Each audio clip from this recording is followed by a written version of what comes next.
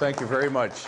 Appreciate you all coming out. You know, one of the things that wasn't in the bio there was that my first career was really baseball, and I had actually I had an option of signing with the Cardinals and starting in the lower minors, but instead I decided I don't want to ride buses. I wasn't that good, but you know, so that was a part of my ancient history. Well, thank you all for coming out. There's a handout going around. Does anybody need one? Everybody get the handout? Need some back there. So if I could ask someone to do that. Keep one for myself. Yep, here's some more copies. And what I'm going to do in this presentation is going to give you really a shortened version of what I often do so that you can ask more questions. And I'm going to leave out a lot of the history because that's a good 15, 20 minutes right there. So I'll kind of focus more on the contemporary manifestation. So if you have questions about the history of where this comes from, how it began, please raise that and we can do that in the Q&A section, okay? I want to start with kind of a personal story. And I start my book, Anxious for Armageddon, with this. I was born into a family that really was very much independent Bible fundamentalist. And the whole background of my dear loving family has been kind of Christian Zionist. In the dispensational school, I grew up in the Schofield Bible. Anybody know what that is? Oh, we got a little bit. Okay. This is really a King James version of the Bible with a theological grid imposed on top of it that's Christian Zionist.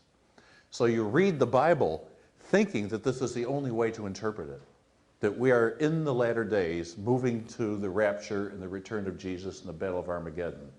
So I grew up in that whole background. I remember still when I was either 7 or 8 years old, my grandparents, who I would love to go and stay with on the farm in western New York, just outside Buffalo, took me to a revival. And the preacher was this huge former wrestler who was about 6'4", 6'5", and over 350 pounds. It was the last night of the revival, and he was preaching on hell. And I was a skinny little kid sitting in the back row. We walked in late, so I was in the very back pew. And he was painting a picture of the lakes of fire and what our destiny will be if we don't come to Jesus that night. And he said, we are in the latter days. How do we know? Because just recently, Israel has been established as a state. You know, that dates me a little bit. We know that when the Jews have returned to Palestine and have their own nation state, that Bible prophecy has been fulfilled, and we are moving in the latter days. The Antichrist will soon rise, and they're speculating on who that would be. Then it was the Soviet Union. There's always guesswork at who this will be, the Antichrist. Then we will see the temple rebuilt. The Dome of the Rock will be raised. The third temple will be rebuilt. The Antichrist is rising. There will be a coalition of nations who will then attack Israel, and only those nations who stand with Israel will be on the side of God. And he used verses Genesis 12:3. I will bless those who bless you and curse those who curse you. Those who bless Israel with political, military, and spiritual support will be on the side of God in these last days. And then he said, but don't worry. If you are a born-again Christian and come to Christ, you have nothing to worry about because you will be taken out of history in what's called the rapture. Well, I made a commitment to Christ that night because he then went on to paint what the lake of fire and the destruction of the world would be like in the tribulation, where Jesus would then intervene and set up his millennial kingdom. This is what's called classical premillennial dispensational theology. That's a long term. That means Jesus will come back before the millennium to establish his kingdom. And a dispensation is this interpretation of the Bible that we are in different epochs of time. And this is what Schofield did. That we are in the church age, the age of the Gentiles now, but that will soon end. And when the rapture comes, we move into the age of the tribulation and the final battles. But for born-again Christians, you're removed from history. You're zapped and pulled out of history. And this new series, The Late Great Planet Earth, is popularizing this. Did anybody see Tim LaHaye on Nightline 2 nights ago? I was amazed. Tim LaHaye and Jerry Jenkins, the authors of this Left Behind series, which now has sold over 65 million copies.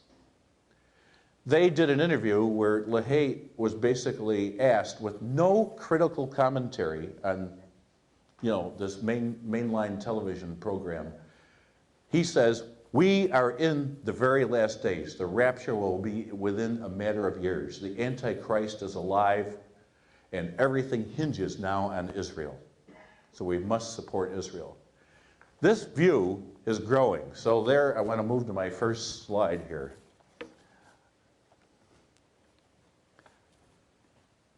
And I'm hoping this is going to work. Here it comes. So I've been studying this. I left this whole Christian Zionism background in high school. I found it unfulfilling, kind of, really shallow, and became much more radicalized politically, and eventually got into the Israeli-Palestinian issue. But I've gone back to this and did my doctoral dissertation on it in the 80s, when the movement really was nowhere. And the term Christian Zionism was not even being used at that time. But there was a small group in Jerusalem called the International Christian Embassy Jerusalem, which was just beginning in the early 80s. They were self-declared Christian Zionists, and I began to write about Christian Zionism at that time. And I felt, well, this really is kind of a side issue. Today now, it is no longer a side issue. So I want to talk about why that's the case. As we meet now, we are within a few months of a new pro-Israel Christian lobby having been launched. How many have heard of CUFI, Christians United for Israel? Okay, only a few. Well, CUFI, is a strange acronym for this, but this is a very serious movement.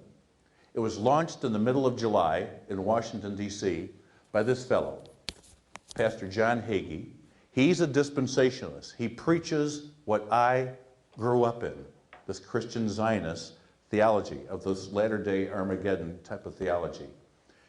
And what he has done, though, is he has marshaled a political movement with this that is completely linked to the pro-Israel lobby AIPAC, and then working very intimately with AIPAC and the other forces.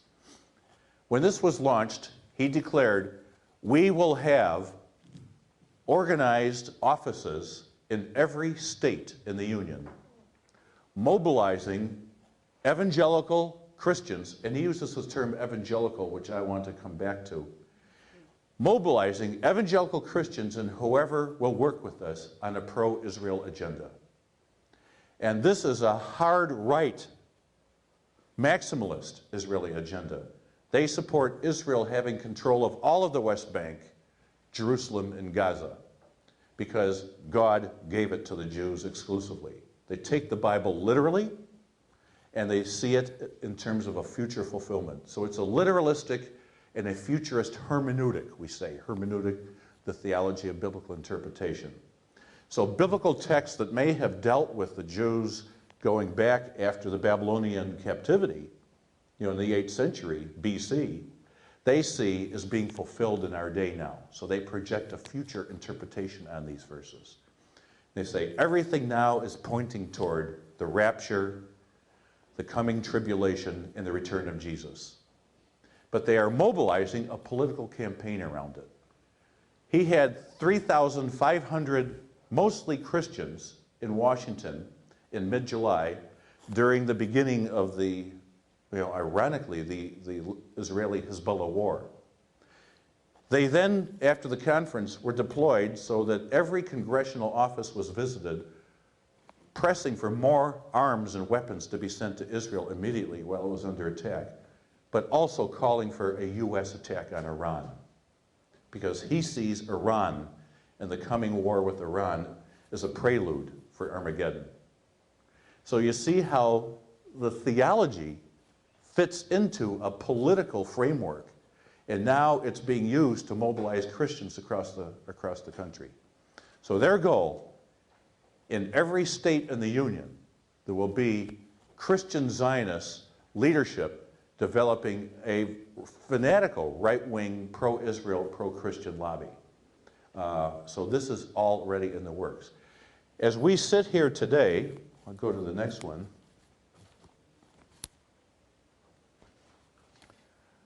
There's a little bit on the Kufi kickoff, which I've mentioned. As we sit here in our conference today, there will probably be 5,000 to 10,000 people gathering right now in San Antonio, Texas, for a national weekend to honor Israel. Hagee will be presiding at his church, which is an 18,000-member Baptist church, a fundamentalist Baptist church. They will be marshaling people on a very strong military and political agenda around Israel. They brought in Jim Woolsey, former head of the CIA, and he is working intimately with the Israeli lobby AIPAC, and he's working also against churches and peace groups who are advocating justice for Palestine. I happen to be Presbyterian. I work very hard on the divestment issue. Woolsey spoke at our General Assembly in Birmingham, Alabama, calling our efforts as Presbyterians anti-Semitic because we are critical of Israel. So he is working hand in glove with the pro-Israel lobby and now with the fundamentalist Christians on this. You also have, and I would like to investigate this person, this former Palestinian terrorist who is just demonizing Palestine and Palestinians as terrorists. So he is part of this, and that's also part of their agenda. This is an extremely Islamophobic, anti-Islamic movement. And many are, again, pitting Muslims, and they only talk about militant Islam as being in coalition with the Antichrist in a new anti-Israel movement. So this is a very simplistic kind of movement. And then you have a former Israeli military chief of staff, Moshe Yaalon, who is a Likud, a very right-wing kind of analyst, and then Joseph Ganat, who is also an Israeli. Both of them work closely with AIPAC, the pro-Israel lobby. So you see the intimate connection and what's going on here.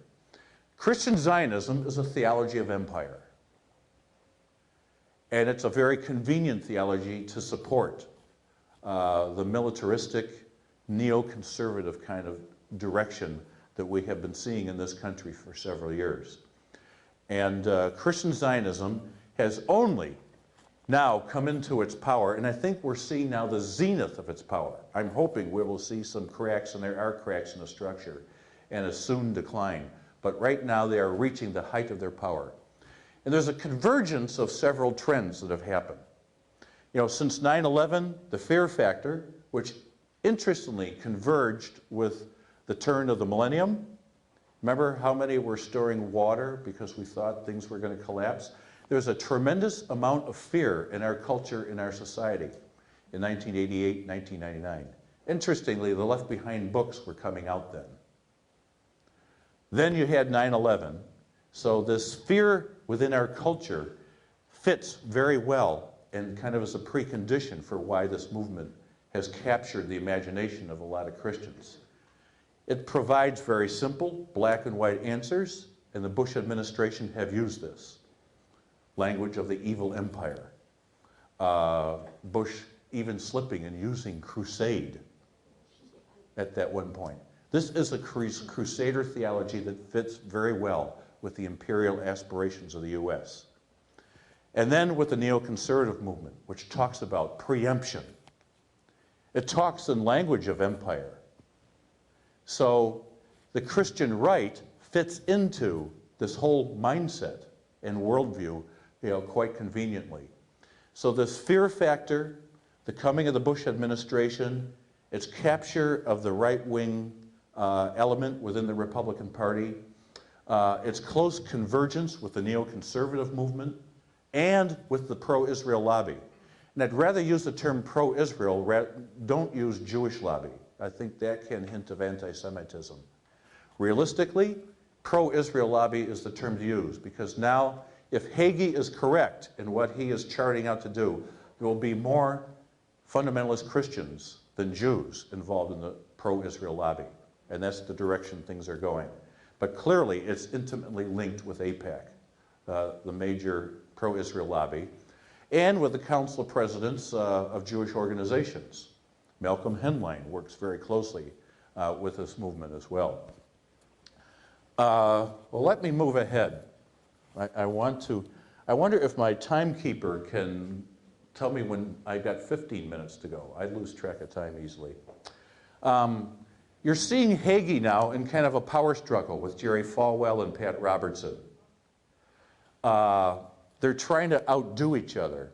Robertson's star is kind of fading, as is Falwell's, but they're still working closely together.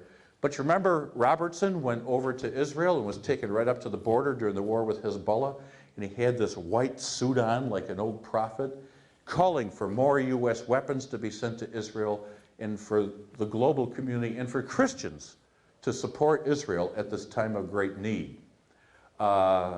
So Robertson is still in the picture, but the reason I put him up there also is that he heads the CBN, Christian Broadcasting Network, which has global reach. One of my major concerns about this movement is not just among U.S. fundamentalist Christians, it's global. It's global through the satellite television reach of these folks, which goes throughout the Middle East and Islamic world. Christian Zionism is growing in South America, in Africa, and in Asia, particularly places like Korea, Taiwan, and the Philippines, because of satellite television and then the missionaries these churches are sending. So there's a global dimension to this that's developing.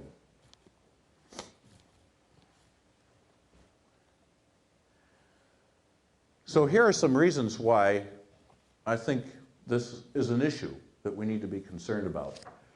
First of all, with this global reach, Christian Zionism projects a militant image of Christianity throughout the world. It ignores indigenous Christians. And just to talk about Palestine, they have no compassion, no concern for the local Christians in Palestine. And in fact, they view them as sub-Christian, nominal Christians. They're not real Christians. But what they are projecting is pretty much a Western, white, militant, and Zionist image of Christianity into the region. And what this does, it gives local Muslims and local Christians the sense that Christianity really is a militant crusader type of religion. And it even has Jesus coming back at the end in kind of a warrior form. And one of, I think, our missions is to rescue Jesus and Christianity from these people. But this is creating tremendous tension within local communities, because Falwell, Robertson, and Hagee will get up and they will denounce Islam. Falwell called Muhammad a terrorist. On television, on a CBS 60-minute broadcast, there were demonstrations throughout the Islamic world. In some cities, in Malaysia, the president of Malaysia had to go on television to calm people down. And then there were attacks on local churches because people were angry. Just as we saw with the Pope's ridiculous comment a month ago, these folks here have the reach to inflame the region, and that winds up damaging Christian-Muslim relations, Christian-Jewish relations, and presents this militant form of Christianity. I call it anti-mission. The pressure that these folks are bringing is non-Christian. It's a distorted image of Jesus, and it's affecting the local church. And it's fueling why some Christians are leaving. So it's anti-mission. in a sense, with not only the image it presents, but how it's weakening the local church through the years. It's divisive, as I said. The Islamo-fascist term was first used by Hagee, and then Bush picked it up within 2 weeks, and Rumsfeld. Hagee first used that term at the founding conference of CUFI in July. Bush was using the word within a week. I note they've calmed down a little bit on the use of that, but this is kind of the trend. Again, it's aligned with the extreme movements within Israel because they view all of Palestine as the exclusive domain of Jewish sovereignty. The Jews have a right. In fact, many of the Christian Zionists are involved in raising money for settlers, and they support settlement because they say God gave all the land. There's that literal reading again, to the Jewish people only. The Christian right and these folks were very significant in both the 2000 and 2004 elections. And here I want to say a word about evangelicals. New York Times wrote in October 25th, 2003, that 40%, maybe even a little bit higher than 40% of Bush's voters, Bush voters, 40% came from the evangelical community. Now, I'm an evangelical, but I'm not a fundamentalist anymore. I claim a strong view of, my faith as a Christian, of Scripture, but I don't read it like these people do. So I'm a self-declared evangelical, as are people like Jim Wallace. I would put myself in the sojourner camp because I'm committed to justice. I'm committed to fight poverty. And I don't view the Bible in terms of these rigid, literalistic, futuristic meanings. So I think we have to keep pressing the media, secular and even the religious media, to call these people who they are. They are fundamentalists. They are a subset of evangelicals. And where we are trying to concentrate our work is in the evangelical center and the progressive evangelicals. We have really a rescue operation, I think, to reclaim the name evangelical and to fit and call people to a justice agenda around Israel-Palestine and around other issues and connect the dots for them and disclaim that these people represent us. Hagee gets up and says, I speak for 60 million evangelicals. Robertson will get up and he'll ratchet it up to 80 million. Falwell will often say, I speak for 100 million evangelicals. They inflate their importance, but they don't speak for me as an evangelical.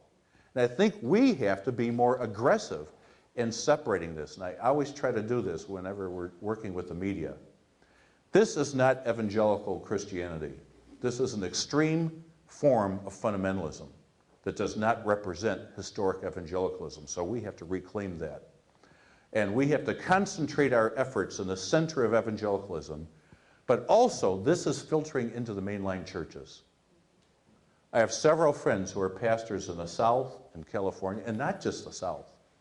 But one of my friends in Memphis, Tennessee said, my youth group is reading Left Behind.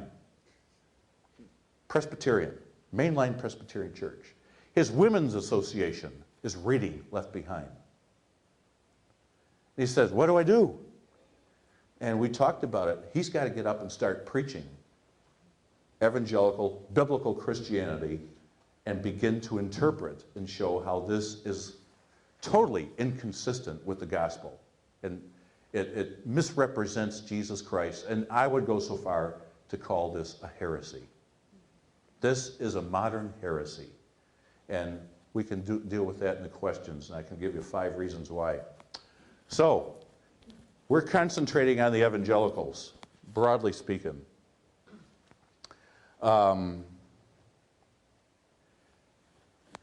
I have about 12 Palestinian students. 10 are Christians. In fact, Sabeel selects a scholarship student every year to come to North Park University from the West Bank or Gaza. And the qualifications are they have to be potential leaders, they have to be extremely bright, and poor. And these kids are phenomenal. I have a couple from Jenin right now, from the Ramallah area and Bethlehem. And all three said, we have now in our communities Christian Zionist missionaries who are preaching hatred against Islam, are preaching this Armageddon theology that Jews have the exclusive right to the land, and they're poisoning us against our local churches. So now you're beginning to see missionaries filtering in. So this is yet another reason. 4 of us went over at the call of the Lutheran bishop, the Latin patriarch, and the Anglican bishop in June, because the bishops are seeing this happening in the West Bank. And they say, we need help to deal with this. This is foreign theology to us. So our little institute that we formed is now consulting with them, and we're providing resources, and hopefully we'll be able to provide some training so that their young people and their churches will know why this movement is heretical, so that we can try to do kind of an educational stopgap measure. But the concerns are there. So this is even filtering into the West Bank. Let me move ahead now. I got to speed this up. Here's a definition. And you can go to our website and get this. Evangelical Christian Zionism is a political movement within Protestant fundamentalist Christianity that views the modern state of Israel as the fulfillment of biblical prophecy. I see the modern state of Israel as a development of historical and political factors. They see it as a fulfillment of Bible prophecy by taking literally sections of the Old Testament and applying it to the modern times. And as such, Israel deserves Christians' unconditional economic, moral, political, and theological support. And I should add to that, military. So that's why these folks are out calling for more arms to Israel during the war with Hezbollah. Christian Zionism generally utilizes the theological categories and the worldview of dispensationalist premillennial theology. That's just a long phrase for this end-time theology. And I can go back and define the terms later, and you can get those from our website. See that little verse at the bottom? This is their favorite text, Genesis 12:3. I will bless those who bless you and curse those who curse you. And they take that literally, saying that means that Christians must support Israel economically, politically, spiritually. And if we don't, God will go against us.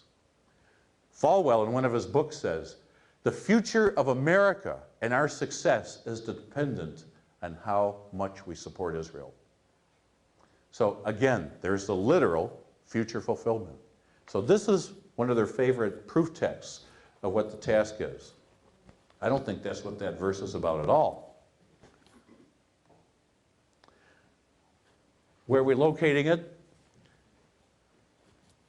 Fundamentalist evangelical Protestantism is really a minority, but they are also the best organized, the best connected with the pro-Israel lobby, and they really get the money out. So our estimates are that there's about 20 to 25% of evangelicals, broadly speaking. See, evangelical is an umbrella term. It would include people like Jim Wallace, very progressive African American pastors and movements that work for social justice.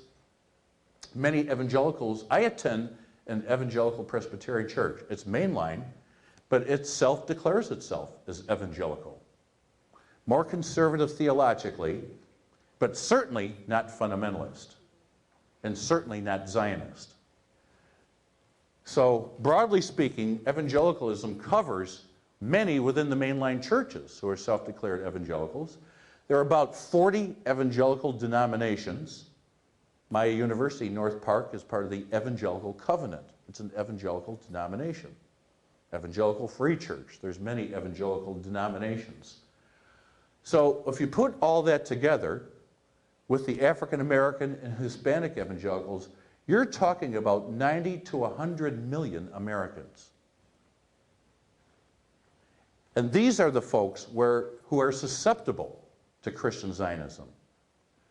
But our estimates are only about 15% of evangelicals are fundamentalists, the right wing of evangelicalism. You follow what I mean? You know, there's a right wing, there's a large center, there's a tiny left wing of evangelicalism. And it's the right wing fundamentalists that are where Christian Zionism has taken root. Okay? Yet they claim to speak for all evangelicals. And that's what we have to separate ourselves from. Whoops, something happened. Yeah, I hope that's all. Whoops, I think it's gone.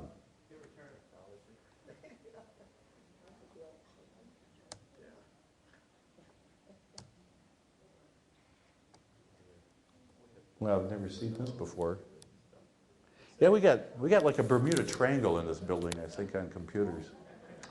Well, let me move ahead now. I'll just move toward wrapping up, and we'll take some questions. So now we have an aggressive, fundamentalist Christian Zionist lobby, Christians United for Israel. What are we doing about it? Well, a year ago, I held a conference at North Park, and it was all focused on Christian Zionism, and I expected maybe we'd get a maximum 100 people out. I would have been thrilled.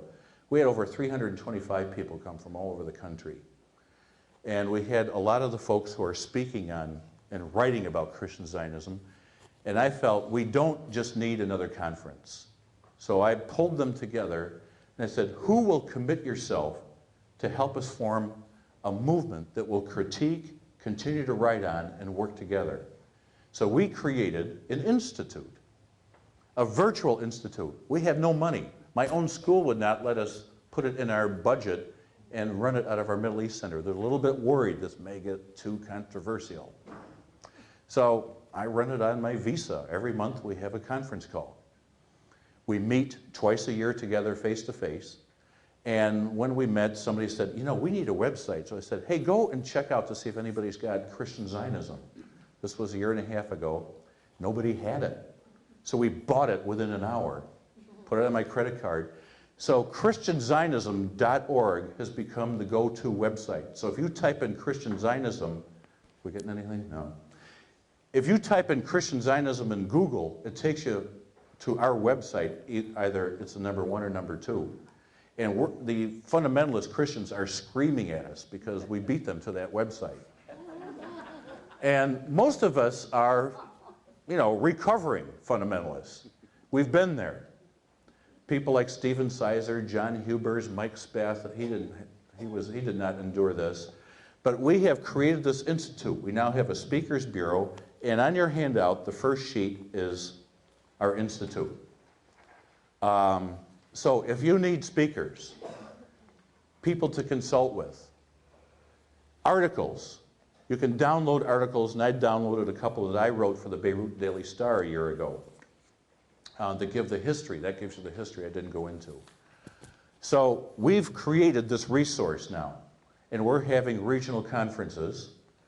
And now we've begun to consult with the bishops and the churches in Palestine, and we're developing material in Arabic and Hebrew as well as English right now. A year ago, one of our lay women, a Methodist who is part of our institute, said, we need a curriculum. She spent about 9 months developing a Bible-based curriculum that has videos and study guides. So you can get a full adult curriculum for about $75 for your church. You can adapt it for 4 weeks, 6 weeks, 8 weeks, and it's got people like Barbara Rossing, who has written the best book on Revelation, I think, The Rapture Exposed, where she says this whole theology of Armageddon really is about empire and Christians resisting empire. And this idea of militancy is not what the book of Revelation is all about. It's about the power of the theology of the Lamb, nonviolent love and resistance to militarism. So get that book if you have concerns about the book of Revelation. But she's in these interviews. Gary Burge from Wheaton College, the flagship evangelical school, is in them, and a bunch of others of us. So we've got a curriculum, articles. We consult with the media. We were amazed that when CUFI was launched in July and the Hezbollah war was going on, we began to get calls. I was interviewed on BBC, CNN, did interviews with Boston Globe, Washington Post, Wall Street Journal. So folks are calling us to consult. It was interesting. I remember doing the CNN interview, and I was opposite one of the CUFI guys. And as soon as I went beyond biblical interpretation and began to critique the war on Lebanon, they pulled the plug and cut me off. But they let the other guy talk about raising arms and money for Israel. Interesting. This was on CNN. I did a 12-minute one with BBC, no problem, going into a critique on the war with Hezbollah. So that says something, but we got to keep trying. So ChristianZionism.org is a virtual website, and we call it an institute. It makes us look bigger and more important than we are, but we almost have no budget. We're trying to raise that. But this is people of goodwill who have written, scholars, pastors, and lay theologians and workers. So if you need help with that, you can just contact us for speakers, help with conferences. Our hope is to develop regional conferences around the country and then to help the churches in the Middle East. So we're doing that. Yeah? You mentioned Wheaton College. Yeah. What's the support or opposition among the evangelical colleges? Well, this is a place where we're beginning to try to filter in. My school, North Park, is an evangelical college. We are in a coalition with about 110 other colleges like us.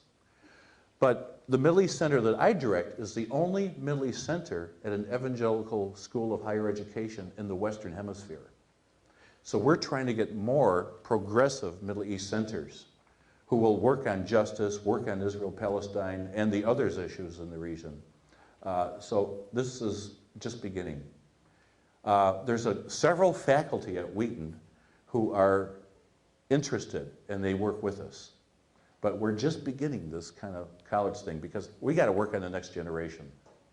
And I'm finding my students extremely interested in justice and ready to pull out of, this fundamentalist kind of theology. Not all, but if you put the word out there, there's tremendous concern. And one of the things that does it best is to talk about the suffering of Palestinian Christians, to get them attuned to that. There's a lot of other resources around. We're not the only one. I would add, and you can get these off of our website, 4 denominations have now taken positions to either challenge or condemn Christian Zionism. And they have national resolutions. So if you are in a Presbyterian church, what are the others? Reformed Church in America, United Church of Christ, and I think with the Methodists, it's a couple of conferences. You could get those resolutions and use those in your local church saying, this is our denomination policy. Or if your church hasn't taken a position, you could get a movement locally in your regional council and denomination. And I would add, ask for some budget for resources so that you can not only have a resolution passed, but work and develop it. And again, take a look at our curriculum. It may be helpful, and you may want to develop some and adjust it for your own needs. You're talking about resolutions with regard to Christian Zionism, right. I also advocate support of the divestment issue as a nonviolent way to do it, but I'm just concentrating on Christian Zionism here. So these resolutions are meaningless. They just sit on shelves in pastors' offices unless they're brought down to the local level in your church. Yeah. You said to give us the 5 reasons for heresy. Ah, okay. Excuse me, sir.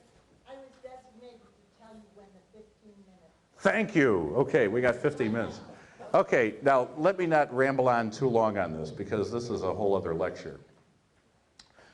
Christian Zionism again, takes a literal and futuristic look at the Bible, and it takes verses out of context and puts this futurist spin on them. And there are several. I mean, the book of Revelation is the classic, the book of Daniel another. But this Genesis 12:3 is calling for all the children of Abraham to bless God and seek God first so that they will be a blessing. Not just that Israel, the nation, will be blessed. So, again, I guess, let me move to a second. There's kind of an exclusivity within Christian Zionism where it talks only about Israel and the Jewish people as having rights and sovereignty over the land. So what it takes sides in a conflict and forces a military type of, that would be a third reason. It forces military solutions when Jesus was teaching nonviolent solutions. In the early church taught nonviolence. Third, I believe that Christian Zionism turns the focus on Israel into a form of idolatry.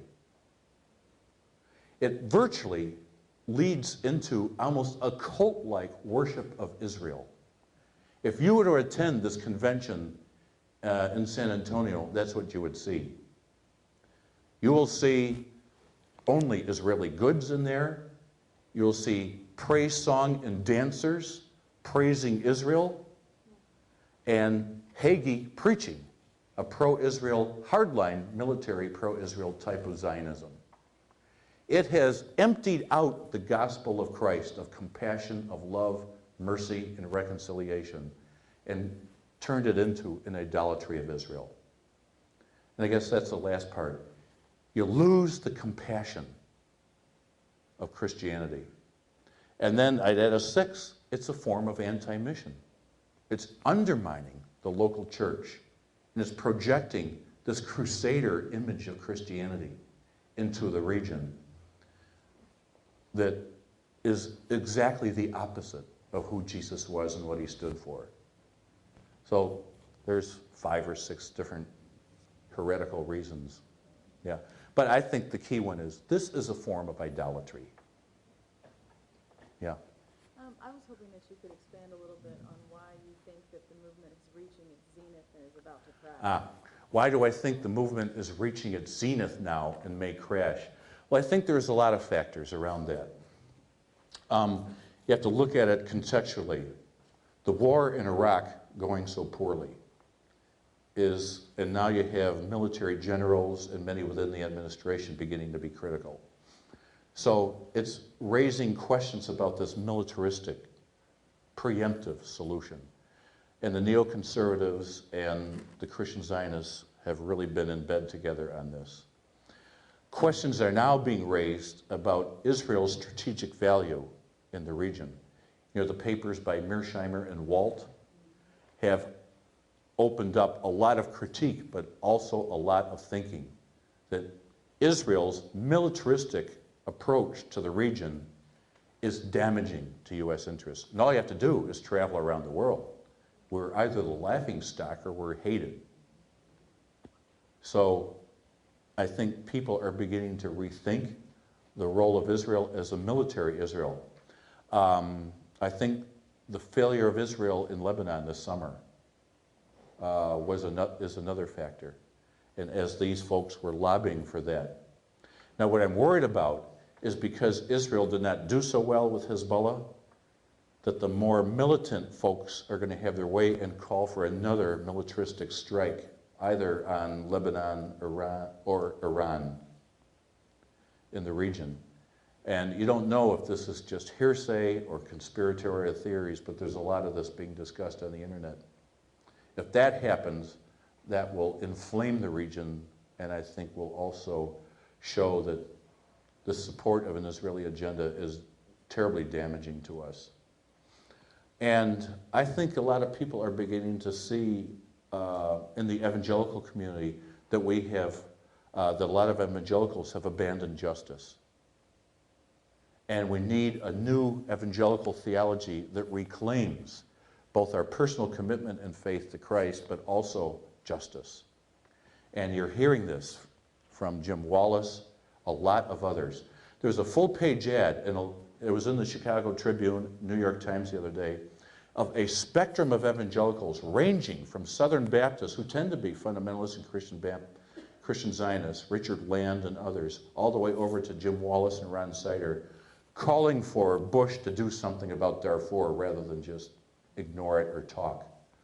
And I think there's coming a new coalition of Christians who can work in partnership with Jews and others to reclaim our justice tradition.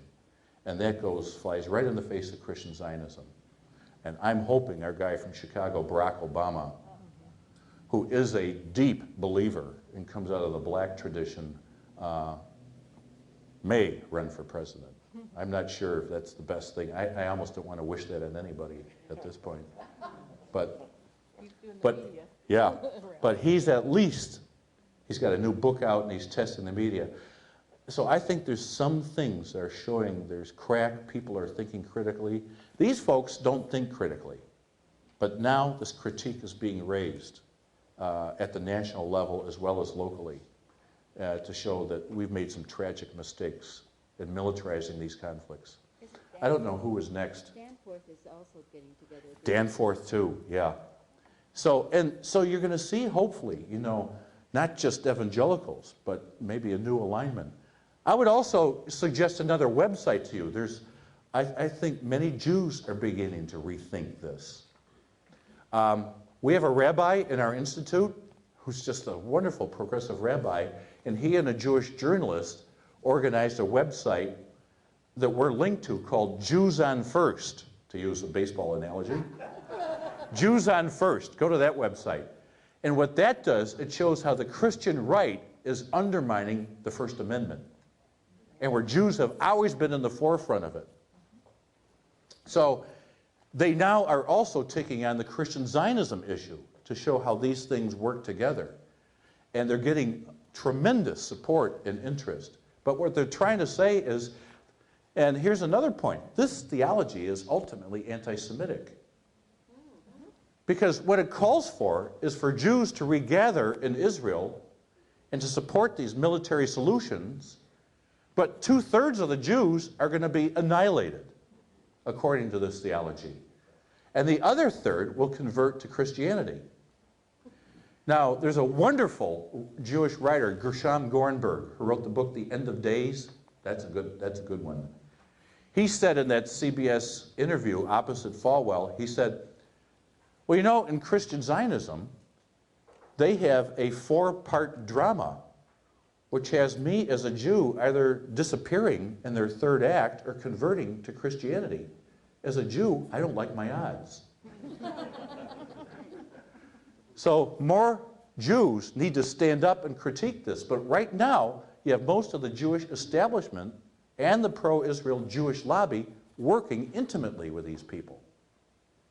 And with this type of anti-Semitism, the undermining of the First Amendment rights, let alone this constant militaristic solution to the Middle East problems, more Jews need to stand and speak out. So we're seeing that too. So that'd be yet another thing that's emerging. Orland Corner. Is it possible that the Christian Zionist movement might be the biggest barrier to the divestment issue? Oh boy, we really took some hits from that. Our biggest pressure came from the Jewish establishment, the Jewish Federation's American Jewish Committee, the Wiesenthal Center, across the board, council presidents of major Jewish organizations. They pulled out all the stops. I went and was part of the group working at it in Birmingham. I could not believe. I got out of the airport. I had just flown in from Israel, Palestine. Got out of the airport after a long journey, and in the Birmingham airport, there was a massive billboard up that said, "Divestment is not the way to peace." They put unbelievable amounts of money and staff into turning that back. And we were smeared. There were smear campaigns throughout the year. So it was coming from the top down. But then you would feel it a bit from the Christian Zionists. but it's mostly the pro-Israel lobby and the major organizations that were attacking us. And it's really a miracle the Presbyterians were able to rescue the process of divestment. We took the word out, which I think was a big concession, but the process will continue. Yeah. So, but these folks are going to increasingly be active. If they are in 50 states, they'll be taking marching orders, from the pro-Israel Jewish organizations, or they'll start it themselves. So they may be a force on the divestment question. Yep. Wondering if you were aware of Bill Moyer's documentaries. The first one relates to the Christian right, and that some of the evangelicals are breaking with that. Yeah. They've come to some awareness, and it's amazing. Yeah. And the other breakthrough, I believe, is recently David Kuhl's book. He was in the administration. I heard about that. Yeah, I need to read that. Get that book and read it. Yeah, what's the title? I was trying to remember. I'm reading it myself. Okay. Yeah, it just came out. I heard somebody else was telling me about that. I need to get that. Some of the administration, like Rose, aides and all, they really work to get the votes, but behind the scenes, we call the, evangelicals and Christian right just a bunch of nuts. Yeah. And this fellow has changed totally. He saw all this hypocrisy.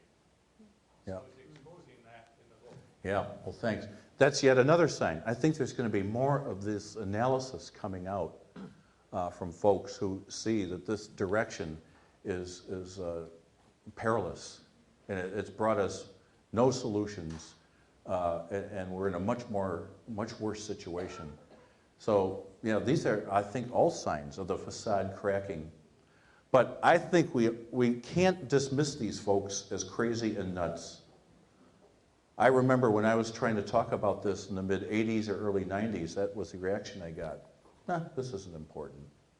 But here we are. I mean, they are a major force, and while they still are, we have to do our theological, our political, and our historical homework, and really take this on and get the vote out.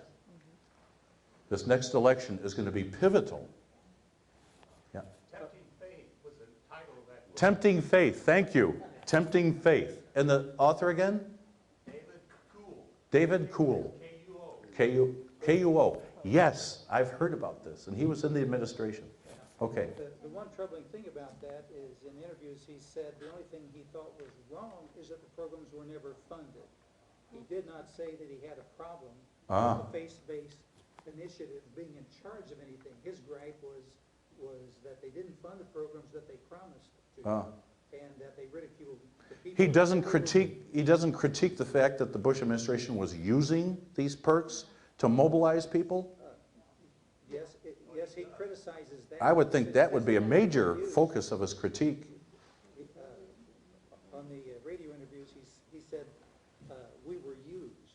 Yeah. But his gripe was that the programs weren't funded. If they had been funded, they would not have been used. Yeah, And right. he would have been very happy about that. Yeah. evidently. And so I want to make a couple other comments. How much time we got? We're under 5 minutes now?